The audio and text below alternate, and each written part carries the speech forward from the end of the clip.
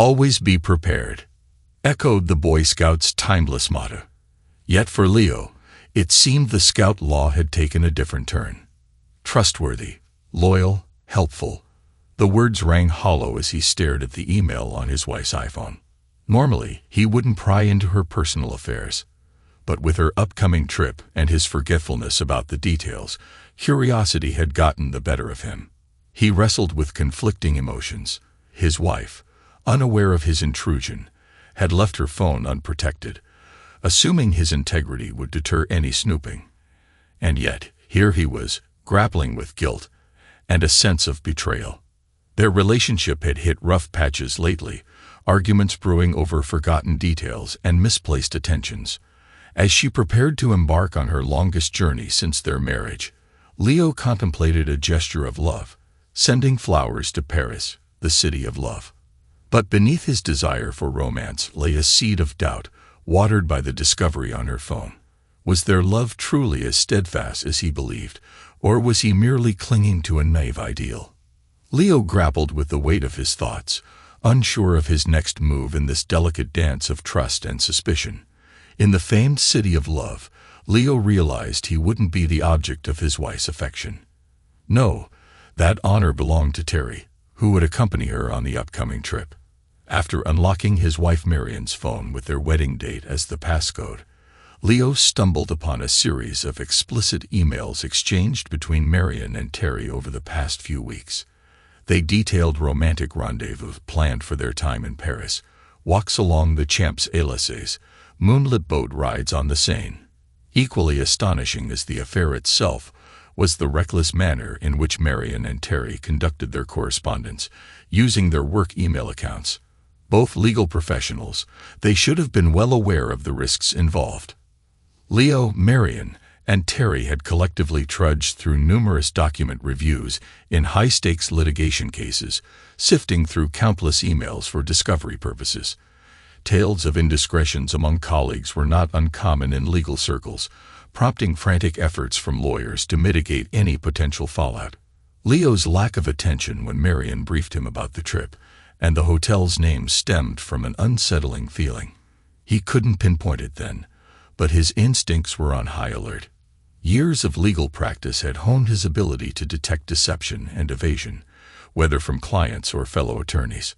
Something felt amiss during Marion's initial discussion about the trip, a mundane arbitration case that conveniently overshadowed any enjoyment of Paris. Her avoidance of eye contact and casual tone struck Leo as peculiar. Paris held a special place in his heart, and they had often dreamt of exploring it together, especially since Marion had never been. Leo had found Marion's response peculiar before, but he never imagined this worst-case scenario. The email exchange he was now reading felt like a dagger to the heart. "Why don't you just lose the Boy Scout so we can spend more time together without worrying?" Terry's message from last night burned on the screen. "He makes me feel safe," Marion replied. "So why do you cheat on him with me behind his back every chance you get?" "Because I like it," followed by a smiley face emoji. Leo felt a whirlwind of emotions. His immediate reaction, as a seasoned litigator, was to preserve the evidence. Printing out the exchange on the basement's Wi-Fi printer seemed like the first logical step. As he tucked the printed email into his computer bag, Leo contemplated his next move. The urge to lash out physically gnawed at him. But he knew better. Thinking was his forte. He was paid to use his brain, not his muscles. With Marion out for a run and due back soon, he had to think quickly. Before diving into contemplation, he had to wrap up the mission, locating the hotel. However, this wasn't a jaunt for delivering flowers. Unsure of its ultimate purpose, he felt a pressing need for this information, perhaps as a target. There it was, La Clef Tour Eiffel, nestled near the Trocadero, just across the river from the iconic Eiffel Tower.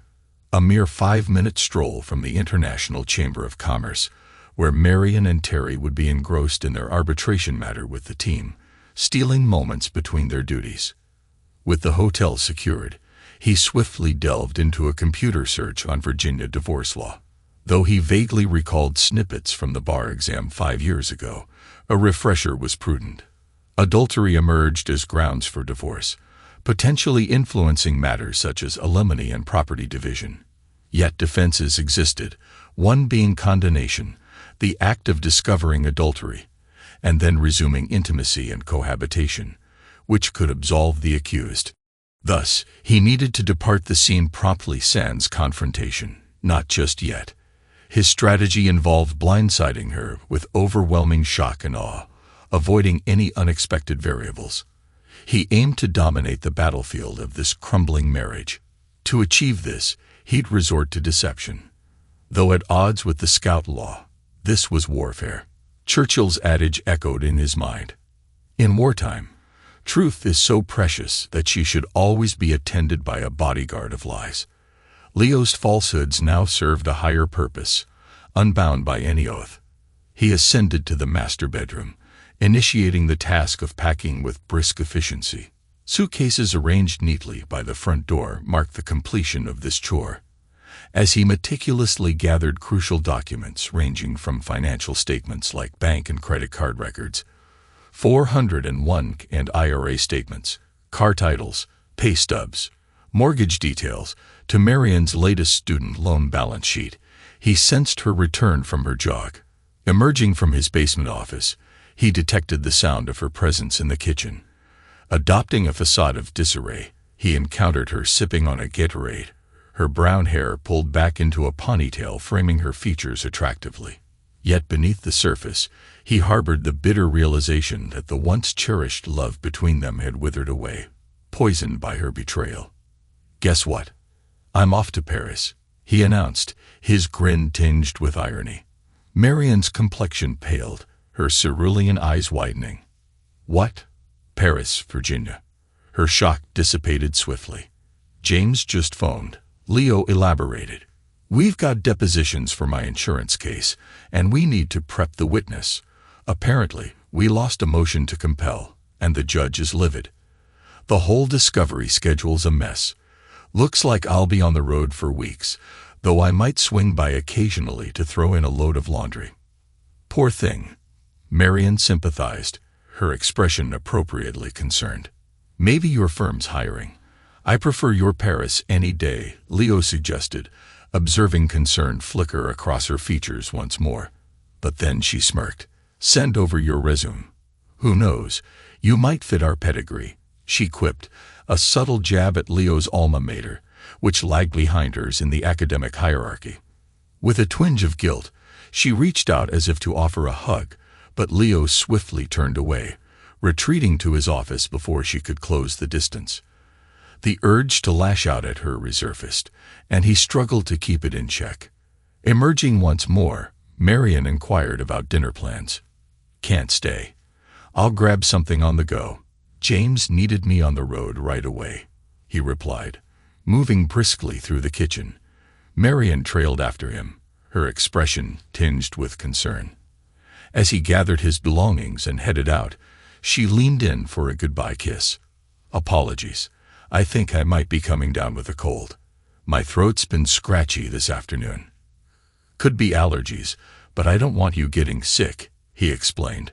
She followed him to the car as he loaded his things. "When will you be back?"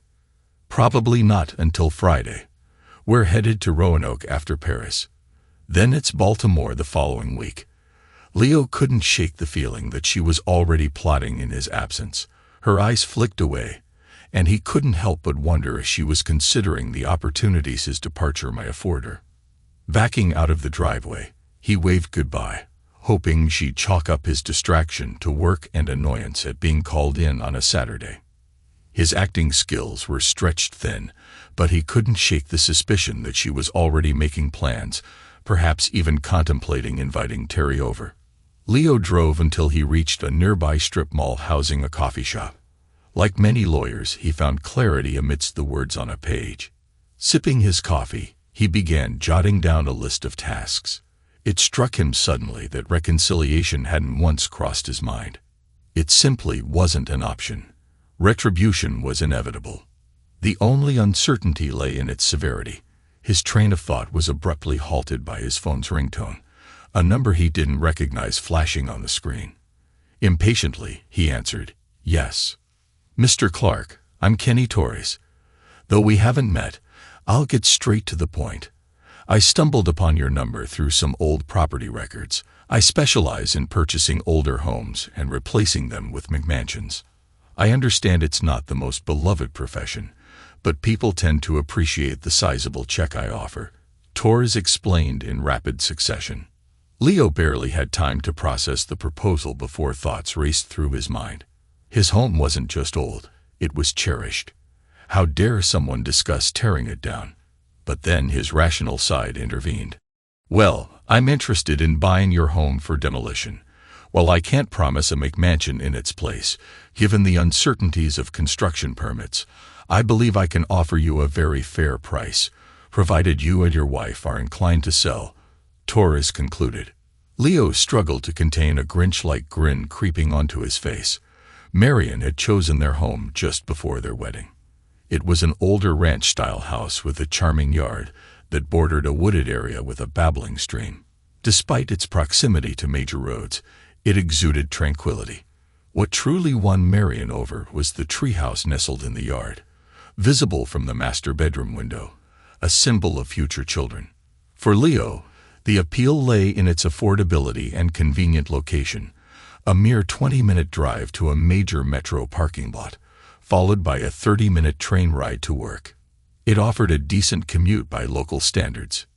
Mr. Torres, my schedule's a bit unpredictable over the next few days, so I can't guarantee access to the property, Leo informed him. Call me Kenny. I don't need an interior tour. As I mentioned, it's slated for demolition, and I've scoped it out externally, Kenny replied. Could we meet Sunday morning, Kenny? Leo inquired. Of course. By the way, I'll likely handle the closing myself with the power of attorney for my wife. She's swamped with work-related matters, Leo added. No problem. I'll provide the necessary paperwork, Kenny assured him. As Leo jotted down the details, a plan began to take shape. Marion had always felt secure with her Boy Scout husband. Unaware that Lord Baden-Powell's scouting roots lay in military tactics, stealth, cunning, and self-reliance, it was all about the element of surprise, and she would never see it coming until it was too late. But first, reconnaissance. Leo disposed of his empty coffee cup and sought the privacy of his car. Retrieving his phone, he dialed a familiar number. Julian, he greeted as the call connected. I need a favor. And I need it urgently.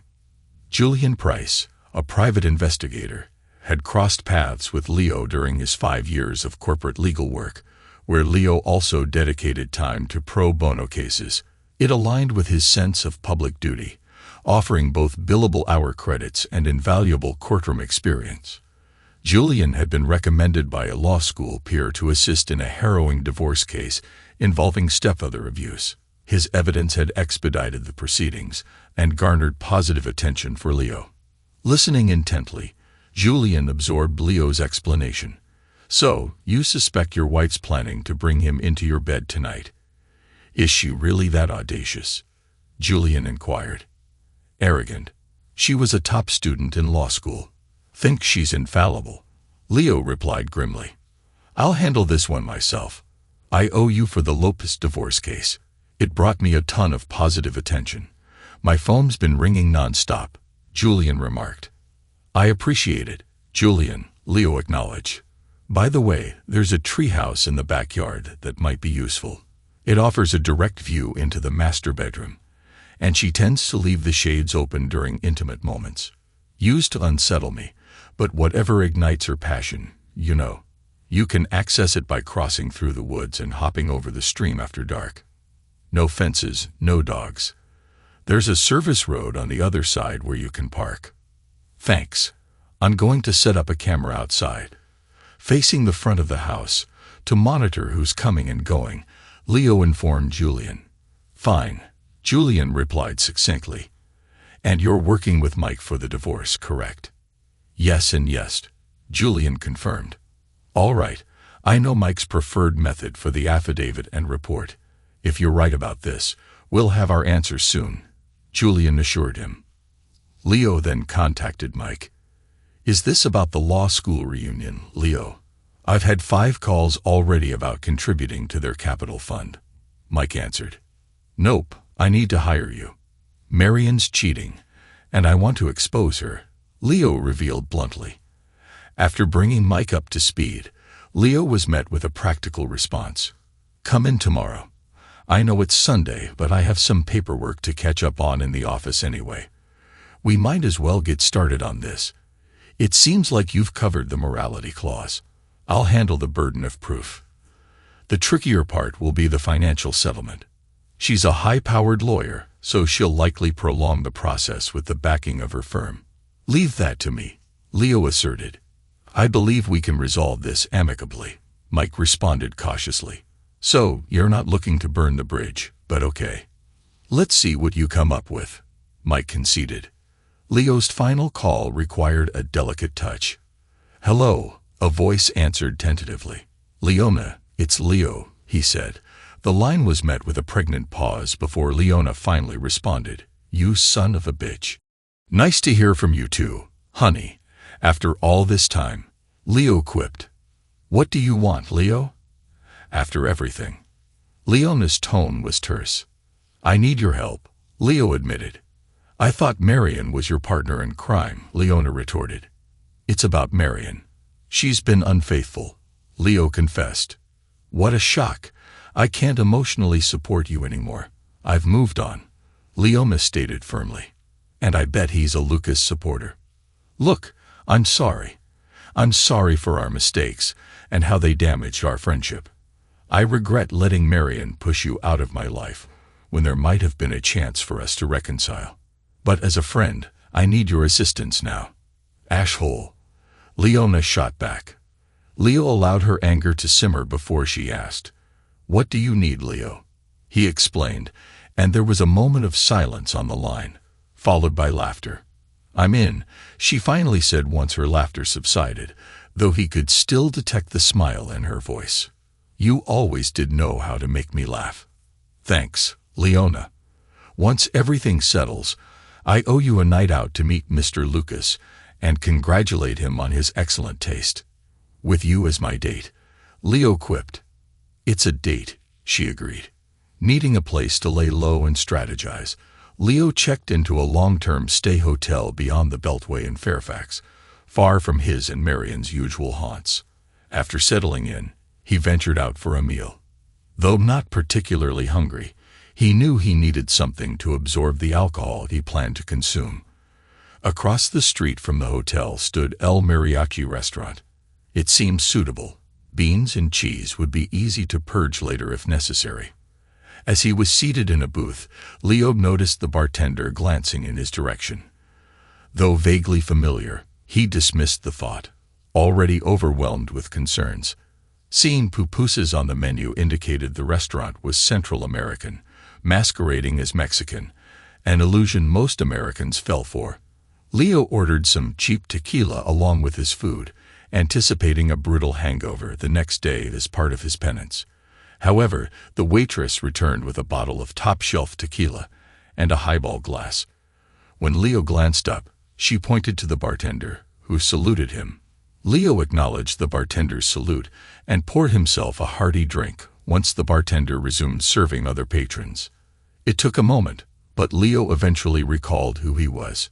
He remembered the bartender as one of the spectators who had attended both the Lopez divorce hearings and the criminal proceedings he had been involved in. The man always sat alone in the last row, never accompanied by anyone. Though Gloria's daughter had once hugged him when Leo inquired about his identity, Gloria had grown unusually quiet, simply stating that he was a family friend. Leo ate in silence, jotting down notes on a legal pad and steadily consuming more tequila. When the waitress cleared his plates, he excused himself to use the restroom. The room seemed to sway as he walked, prompting him to lean against the wall for support while he relieved himself. Upon returning to his booth, he noticed the bartender seated opposite him. "Senior Leo, good to see you," the bartender greeted, extending his hand for a firm shake. Leo obliged and took his seat, waiting for the conversation to unfold. I never properly thanked you for helping my cousin with that scumbag she was married to, the bartender began. Leo attempted to downplay his role, but the bartender brushed off his protest. He got what was coming to him in prison, badly beaten. The bartender revealed with a faint smile, sending a chill down Leo's spine. I hadn't heard, Leo replied, his unease growing. The bartender shrugged nonchalantly. Old news now. But what brings you to El Mariachi alone on a Saturday night? Where's your lovely wife? Leo met the bartender's gaze, noting the knowing smile on his face. It wasn't mocking, but rather hinted at a deeper understanding. Leo found himself bewildered by the bartender's peculiar question. How did he even know about Leo's marital status? Then, a memory stirred. Marion had surprised him at one of the hearings, planting a kiss on him afterward. The bartender must have witnessed it from the courtroom. We're going through some issues, Leo admitted, seeing no point in concealing the truth. Like she's seeing someone else, the bartender inquired, his smile betraying a deeper understanding. Leo was momentarily stunned into silence. I'm not a lawyer, Don Leonard, but I do know that if you want to keep a secret, you shouldn't leave it written down for all to see, the bartender remarked, gesturing to Leo's notepad.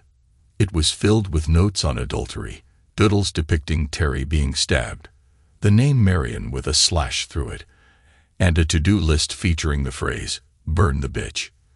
Leo shrugged, acknowledging his lapse in operational security. At least he wasn't violating any client confidences. In your position, every man must question what he truly desires. What is it you really want, Senior Leo? What would be your ultimate revenge beyond money? The bartender inquired. Without hesitation, Leo replied, I want to confront her. The bartender's smile widened, followed by a chuckle. My friend, you're not thinking clearly. Violence leads to prison. You don't want that. Unless it's just to visit your clients and then leave, he added with a wry grin. Leo nodded in agreement.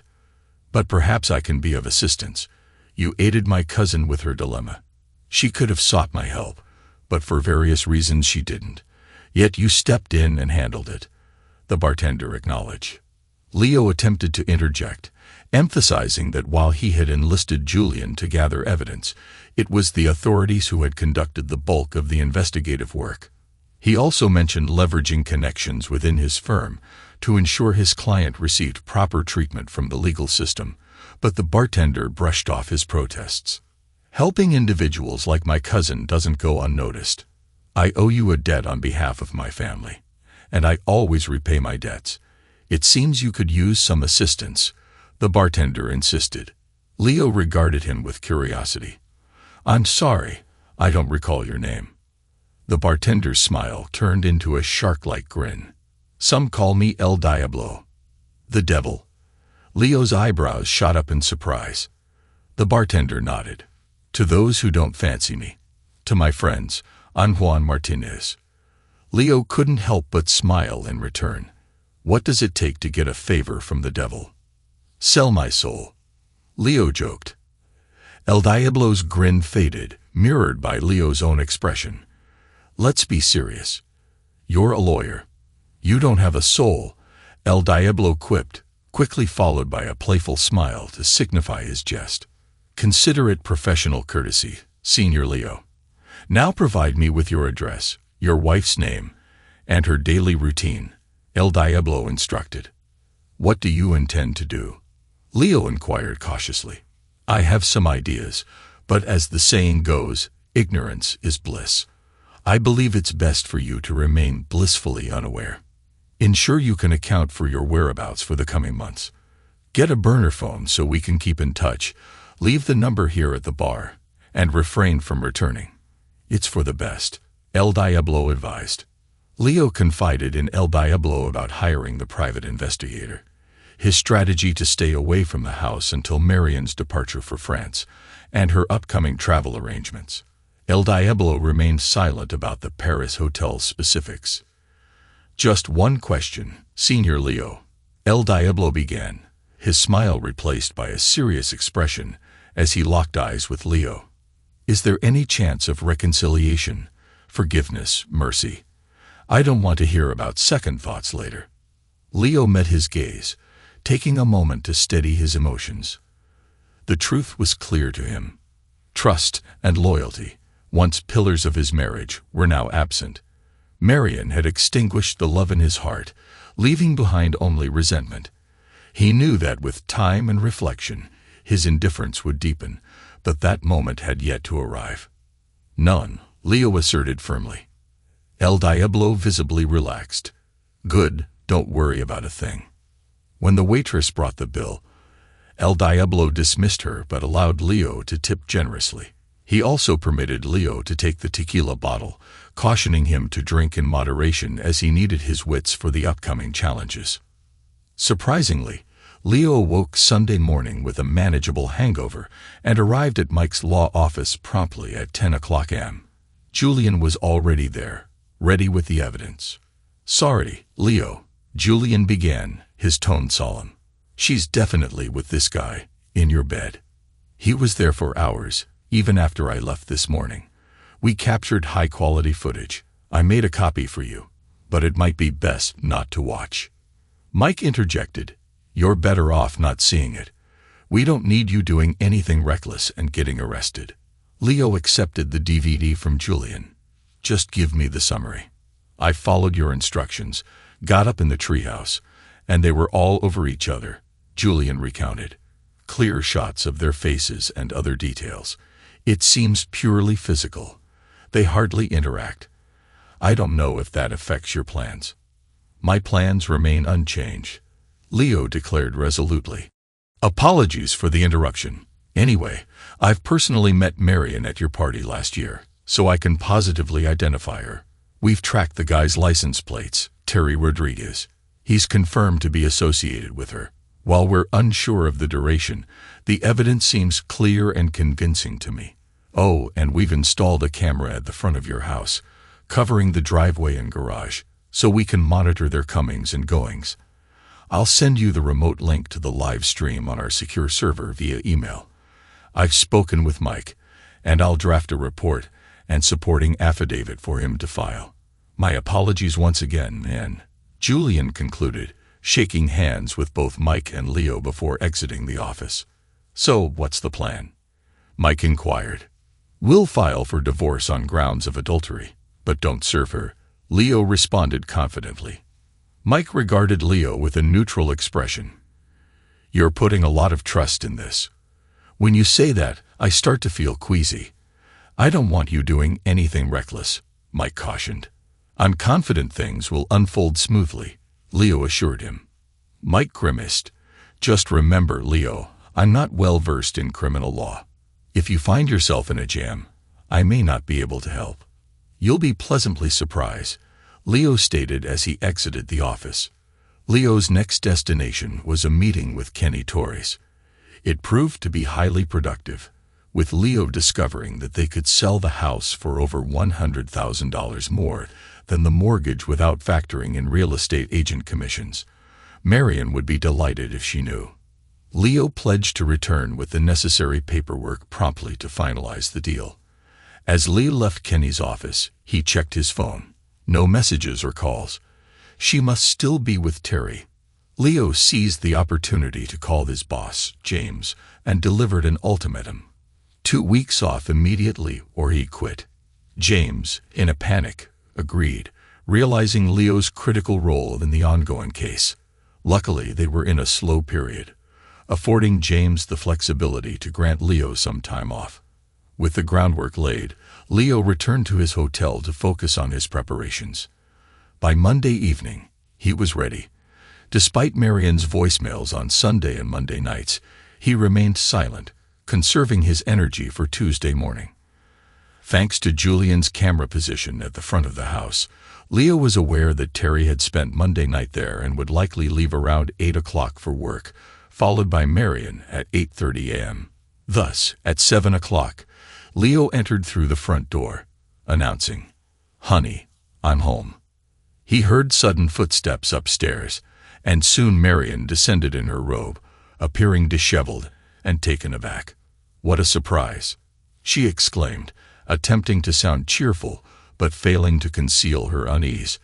"I thought you were away until Friday. You didn't answer my calls." "Apologies," Leo replied with false cheerfulness. "You know how it is on the road." Pretending not to notice the wine glasses in the living room, Leo headed straight to the dining room.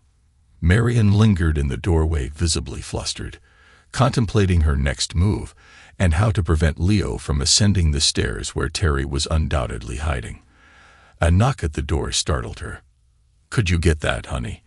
Leo requested, diverting attention as he began arranging papers on the dining room table.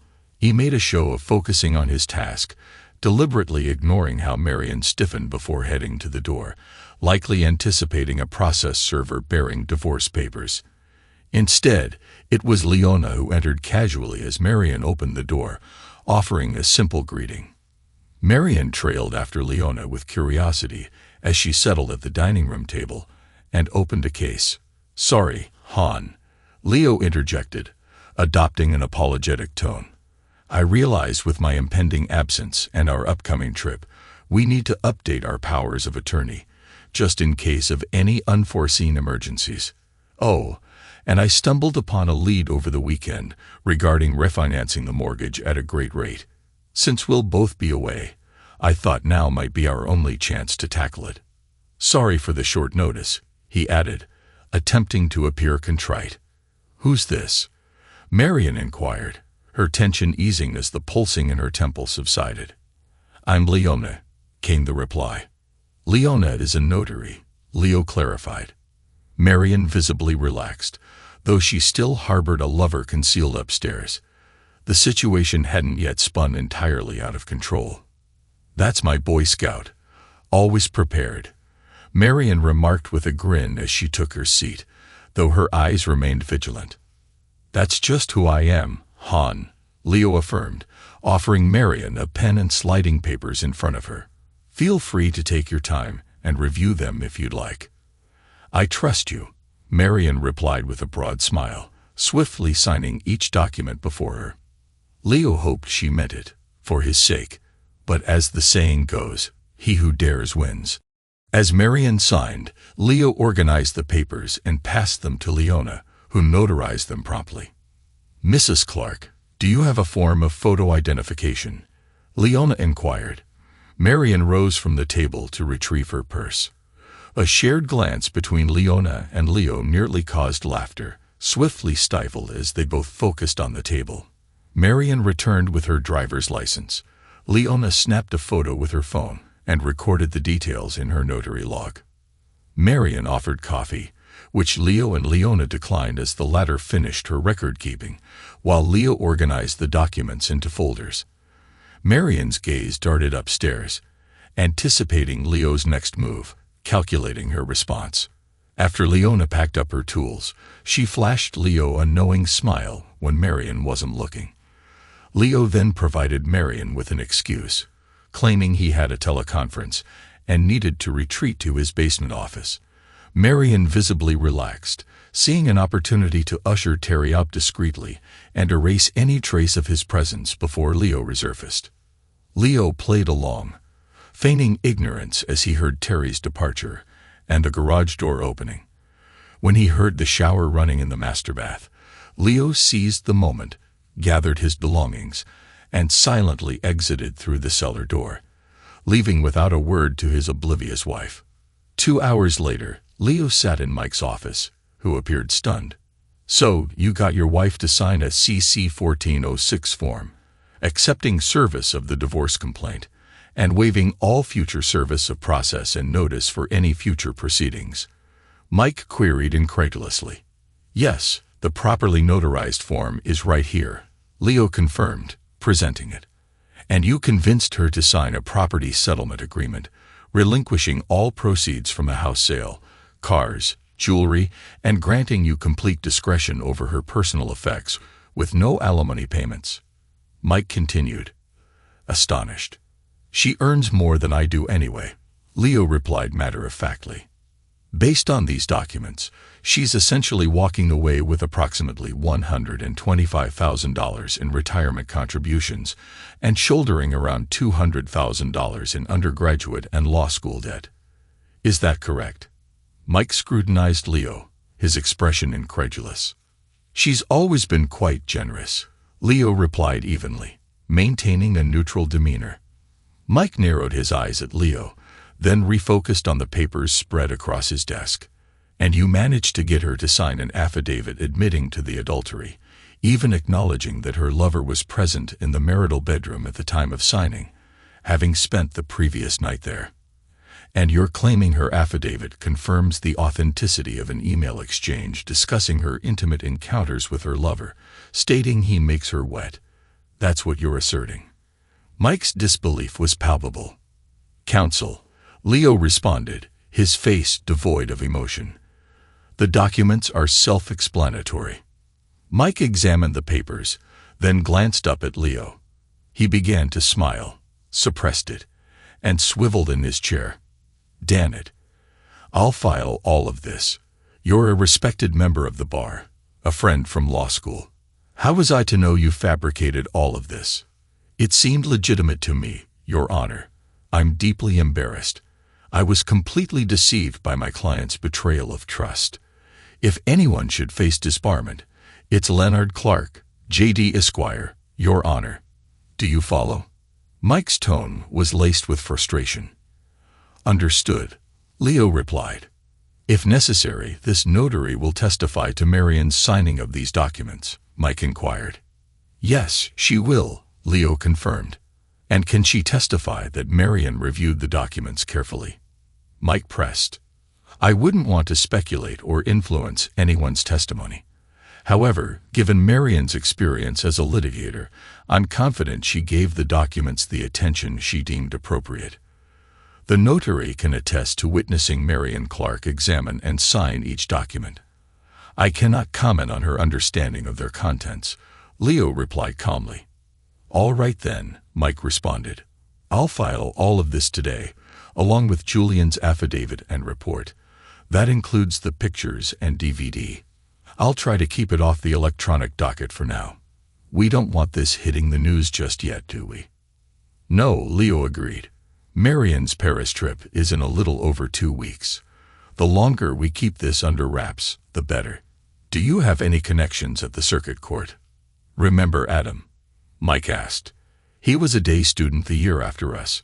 He was struggling to land a law firm job, so now he's clerking at the circuit court to bolster his resume. He might be able to expedite things, but if a judge decides to seek live testimony, this whole plan could collapse. Marion will need to decide not to fight it for some fraud on the court reason once she catches wind of what's happening. If it goes south then, I might have to withdraw as your attorney. Understood, Leo acknowledged. One day, I'll fill you in on the full story. But for now, let's focus on the task at hand.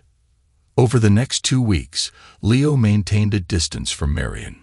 He sent her sporadic text messages at odd hours, claiming to be busy, but avoided answering her calls. With each passing day, her calls became less frequent. You really rattled her, Julian informed Leo at the end of the week. According to our video feed, Terry hasn't visited the house once since you showed up and caught them off guard on Tuesday morning. I can't confirm if they're meeting elsewhere during the week or keeping it strictly professional at the office, but they're definitely avoiding the house. I'll keep you posted if anything changes. The only notable change occurred when Leo quietly returned to the house while Marion was away to retrieve important financial documents. He also finalized a home sale contract with Kenny Torres, scheduled to close during the first week of Marion's trip to France.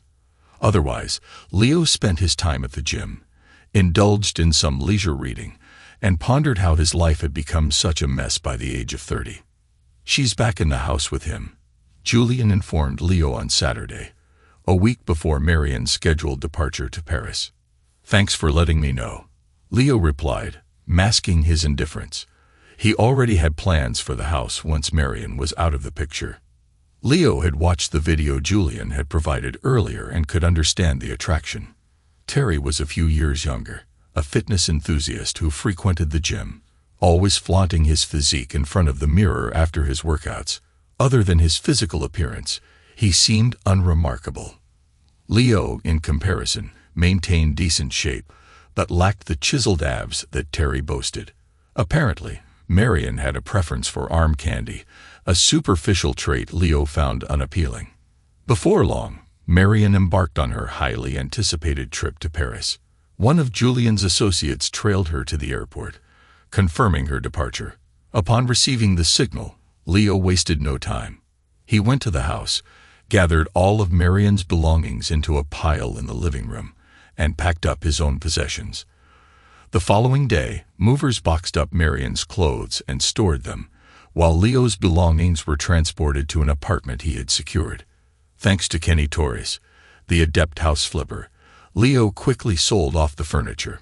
With the house now empty, Leo took a final stroll through its rooms before embarking on his last task.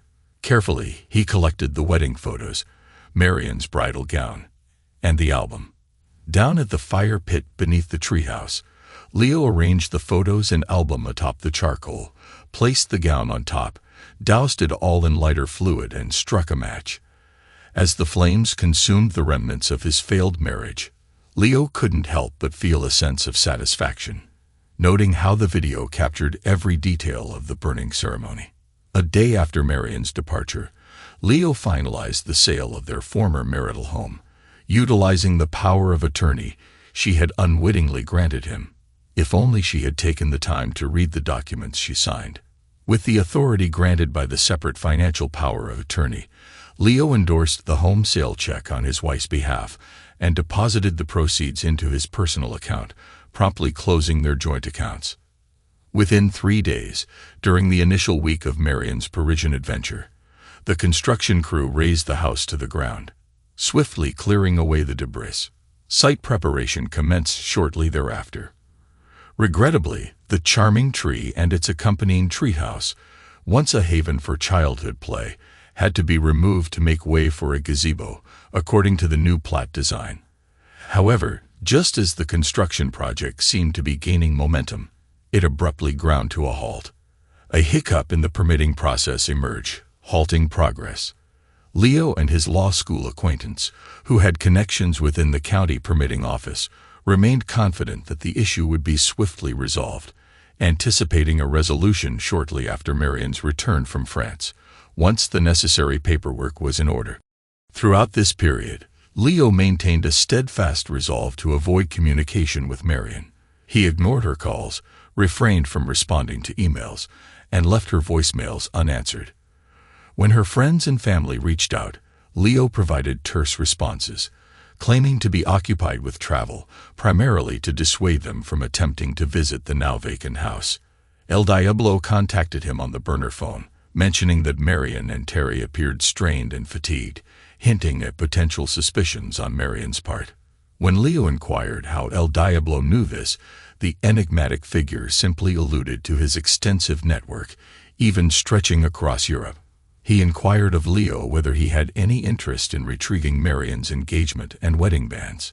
Leo declined, prompting El Diablo to inquire if he objected to another party acquiring them. Hell no. Great, I might have a contact who would appreciate them. On a Wednesday just 2 days prior to Marion's return from Paris, Leo found himself in Mike's office. I have no clue how it happened, but here's the divorce decree. It's unusually quick for a case like this, and Adam wouldn't spill a thing. I'm not prying, and I don't want to know. Consider yourself fortunate, and congratulations on your newfound single status. Here's a copy for your ex-wife. I'm sure she'll be ecstatic. As Leo stepped out of Mike's office and toward his car, his phone chimed. The number was unfamiliar, but as he answered, El Diablo's distinct voice greeted him. Leo, it's time for a vacation, right now. Head to a bustling place where people know you and can vouch for your presence. El Diablo disconnected the call, leaving Leo to ponder his next move. It dawned on him that it had been too long since he last caught up with some college buddies residing in New York City. Serendipitously, their schedules allowed for a rendezvous over the next few days. Without hesitation, He boarded an Amtrak train that very day, immersing himself in the city's cultural offerings, from captivating shows to enriching museum visits. He savored lunches, coffees, and dinners with various friends, often footing the bill with his credit card. Leo made a point to generously tip the hotel staff, ensuring they recognized him. Amidst his adventures, he expedited a copy of the incriminating DVD, showcasing the burning of Marian's wedding attire and album, to her parents' home. Late Sunday afternoon, following a delightful coffee and cake indulgence in Little Italy, Manhattan, Leo's phone pierced the tranquil atmosphere. His father-in-law's urgent voice came through the line. "Leo, where are you?" Marian's frantic. "She's in the hospital." "Yeah? What happened?" Leo asked, his tone carefully measured. "She returned from her trip on Friday, but she and a coworker were reportedly abducted from the airport. They were drugged and only managed to escape this morning. The coworker was severely beaten." "And Marian?" Leo inquired, though his voice betrayed little concern. His father-in-law's voice wavered, invoking a pang of amusement from Leo rather than empathy. "What about Marian?" "When she regained consciousness, she found herself covered in tattoos from head to toe. The inscriptions are horrendous, and as soon as she came to and saw it, some masked man punched her in the face." Leo marveled at the situation. It was truly the icing on the cake, a delightful twist of fate. While he would have been content if Marian had simply realized his betrayal in court, akin to her betrayal in their marriage, this development was an explosion of jubilation. It was the kind of satisfaction that could be worth an immortal soul, if he possessed one to offer. "Sorry to hear that. I'm currently out of town. What do you need me to do?" Leo responded, sensing the surprise on the other end of the line. "You're her husband. She's your wife," his father-in-law exclaimed incredulously. "Sorry, no. We're divorced. The decree came through last week. Turns out she's been unfaithful with the man she's been traveling with." "What?" What part was unclear? Leo's tone dripped with calculated cruelty, a sensation he no longer shied away from. "I have evidence." Silence followed on the other end of the line. Leo wondered if his father-in-law was experiencing a heart attack. "She and I are finished. You'll have to arrange to bring her home. She's not my responsibility anymore." "You caused this," his father-in-law erupted. "Me? I've been in New York since Wednesday, celebrating my newfound freedom. I understand you're upset, and I hope Marian recovers soon, but I don't believe we have anything further to discuss." Leo's words were firm, leaving no room for negotiation. Leo ended the call, and a realization dawned upon him. The relentless pressure of city life had become unbearable. Without hesitation, he drafted an email to James, expressing his sentiments with a blend of courtesy and defiance. A swift online search led him to an REI store in Soho, where he promptly equipped himself with new hiking and camping gear. Camping had never been Marian's cup of tea, making this an opportunity to reconnect with his scouting roots. The hotel graciously agreed to store his belongings for a nominal fee, and soon Leo found himself en route to the Adirondack Mountains, seeking solace in nature until the storm passed. Luckily, he had his passport on hand, allowing for a potential detour to Canada. As fate would have it, he found the time. For the next 8 weeks, Leo kept his phone switched off. Initially, he assumed some deranged individual had commandeered his ex-wife's phone, given the barrage of messages, too numerous to tally, that appeared to be filled with hysterical ranting and sobbing. He barely listened to 1 or 2 before deleting the rest. The influx of absurd emails only reinforced his suspicion of a hacked account. Amidst his retreat, finding the time to sift through such madness seemed a futile endeavor. He could only hope that whoever this unhinged individual was, they sought the assistance they evidently required. 8 weeks later, Leo rendezvoused with Julian for a drink. To his surprise, Mike was also in attendance. "Let's get something straight," Mike interjected as they settled into their seats. "I terminated our attorney-client relationship right after I handed you the divorce decree. I sent you a certified letter about it. You might not have checked your mail yet." "Not yet," Leo admitted. "Serious shitstorm, my friend," Mike remarked. "Julian, what's your take?" "More like a shit typhoon," Julian quipped. "I like that. Shit everywhere anyway. Lots of destruction," Mike concurred, swiftly downing his bourbon and signaling for another. "Your turn, Julian," he prompted. "All right, so Monday morning rolls around, and the former Mrs. Clark pays a visit to the old homestead with her parents. We hadn't gotten around to taking down the external camera. When she lays eyes on the vacant lot, it's like the dam breaks. She collapses to her knees, bawling her eyes out, ends up curled up in the fetal position, kicking and screaming like a toddler in a late afternoon shopping mall. Then the work crew arrives with their equipment, and she loses it all over again. But it hits a peak when the construction workers catch sight of what's tattooed all over her face and start chuckling. I've got to hand it to the artist. The text shows up crystal clear on camera. Cheater. Idiot. Liar. I like to cheat, and so forth. It's plastered all over her face, neck, and hands. And this is on top of her sporting raccoon eyes from the punch and some tape for her busted nose, Julian recounted. Mike picked up the story. That afternoon, she and a couple of high-powered lawyers from a big firm barged into my modest office, full of bluster. Since they didn't have an appointment, I kept them waiting for 15 minutes. I discreetly ensured my Glock was loaded and within reach in my desk drawer. Thank heavens for Virginia's laws, right? After the wait, they came at me, all guns blazing, talking about emergency motions, bar complaints, and contempt proceedings. I struggled to maintain focus, the ink on their faces glaringly visible, etched in red and blue, meant to catch attention from afar. Once I managed to regain my composure, I inquired about the specific issue at hand. I asked them to pinpoint any falsehoods in the pleadings. Their collective silence spoke volumes, so I probed further, questioning if there was any dispute regarding her infidelity. They all conceded. With that, I played the recorded video from their wait, revealing Marion in a compromising position with someone who wasn't her husband, right in their marital bed.